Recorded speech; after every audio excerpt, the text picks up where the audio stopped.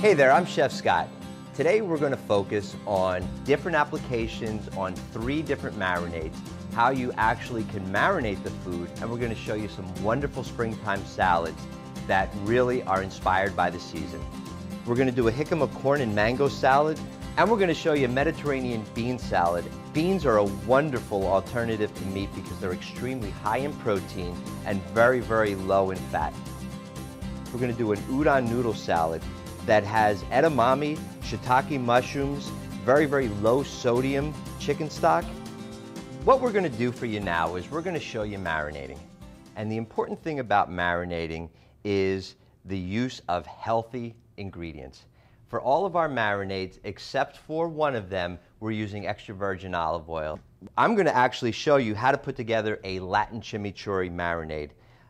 The flavor profile in that marinade, we've got some cilantro, some garlic, a little bit of dried oregano, some red pepper flakes for that nice little spice. I've got some kosher salt. I personally like to use kosher salt. It's a little bit easier for me to add into the dishes. And then I'm going to chop up some beautiful flat Italian parsley. I really like to use flat parsley. I think the flavor is much better. It's a much more vibrant flavor than the curly parsley, but you can actually use the curly parsley. And what I'm going to be able to show you is that there's interchangeability between all the 3 different marinades. What I've actually prepared already is a Mediterranean-inspired marinade that's got some garlic, some fresh basil, some extra virgin olive oil, and some balsamic vinegar. Then I've got an Asian marinade. The Asian marinade is sesame oil, and sesame oil used properly actually is very, very good for you as well. And it has some light soy sauce. I like to use light soy sauce as opposed to a regular soy sauce because the sodium content is much lower. And I'll show you how those are interchangeable for the 3 different proteins. And of course, you wouldn't want to put all the 3 different proteins together because chicken cooks at a different temperature than salmon, and of course tofu doesn't actually need to be cooked, and we want to make sure that we keep everybody nice and healthy. So to show you actually how to put together the Latin chimichurri marinade, it's really, really simple. We're going to put all the ingredients together into our blender. That's a 1/4 cup of white vinegar. We've got our fresh cilantro. Make sure we get all that inside there. We've got our fresh chopped garlic, our oregano, a little bit of our kick in our red pepper flake, and then we're going to chop up some of the flat parsley. You want to just pick the beautiful leaves off of the parsley. You don't want to have any of those stems in there. Get that off. We're going to bring it all together into a nice little ball. Makes it a lot easier to chop. We're going to chop it roughly one way. We're going to turn it around. We're going to chop it together the other way. Bring it all together. Throw it right into our blender. Throw our top on there, a couple quick pulses.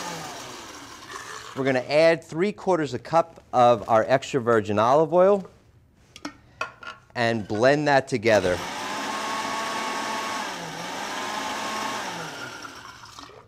We're going to add our kosher salt in there. One more quick pulse.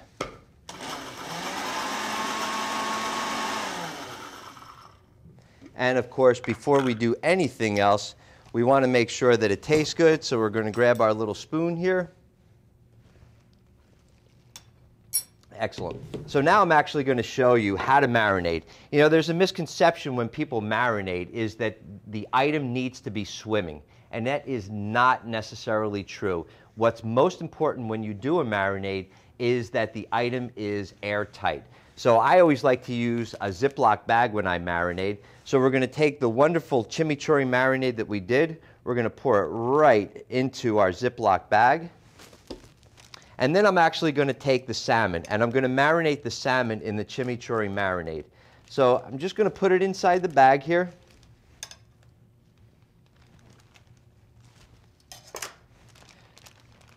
I'm going to bring this over, and we're going to just swoosh this around a little bit, make sure that the marinade does get onto the salmon. And then again, the most important thing is making sure that it is airtight. You don't want any air in there, because if the air is inside there, the marinade doesn't have an opportunity to penetrate the beautiful salmon that we have.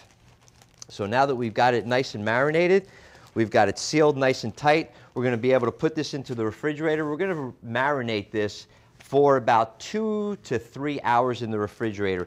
Any longer than that, the acid that's actually inside that marinade will start to cook your item, and you don't want that to happen. So we're going to bring this into the refrigerator, we're going to let it marinate, and then we're actually going to show you how to properly grill the ingredient. So now, after 2 to 3 hours in the refrigerator, now we're actually going to show you how to grill, because it just can't come out of a bag and magically get cooked. So we actually have to grill the item. And really, really important, when you're about to grill an item, you got to make sure that the extra marinade comes off, or else what you're going to get is steam on that item as opposed to really, really good concentrated heat. So we're going to take our salmon out of our plastic bag here. We're going to get some of the excess marinade off. We're going to discard the marinade because now there's protein inside there and we don't want to cross-contaminate anything, so the marinade gets thrown into the garbage. We're going to take some more paper towel. We're going to just pat it down ever so gently. And of course, you can't cook without fire, so we're going to turn our stove on. We're using a cast iron pan. The great benefits of a cast iron pan is the fact that it has concentrated heat throughout and you won't get any hot spots, as opposed to a traditional aluminum pan where you might get some hot spots. The heat really, really dissipates really well inside a cast iron pan. So now we've got our salmon. It's nice and excess marinade off. The salmon actually has the skin still on there. I prefer to cook my salmon and to eat my salmon with the skin, not only from a flavor standpoint, but more importantly from a health and wellness perspective. Salmon is really, really high in omega-3 fats, and so much of the omega-3s are actually found in the skin of the salmon itself. That's why, from a health benefit, I actually like to keep it on there. But more importantly, from a flavor perspective, I like to keep my skin on there because the fish actually will almost baste itself in the natural oils that are found in the skin. So we want to make sure that our pan is nice and hot. And you ask yourself the question, you go to a restaurant and you see a fish dish or a grilled dish come out and you say, how in the world did the chef actually create that crosshatch? It must be magic that they're creating in the kitchen. It's really, really simple, and we're going to show you actually how you can do it. And it applies to not only salmon, but it applies to chicken, it applies to anything that you're grilling. So what you're going to want to do is make sure your pan is nice and hot. You're going to put your salmon at a 45-degree angle inside the pan, and you're going to let it cook. And this is where patience is a virtue when you're cooking. You often wonder, why does my food stick in a pan? Well, your food sticks in a pan because you're impatient.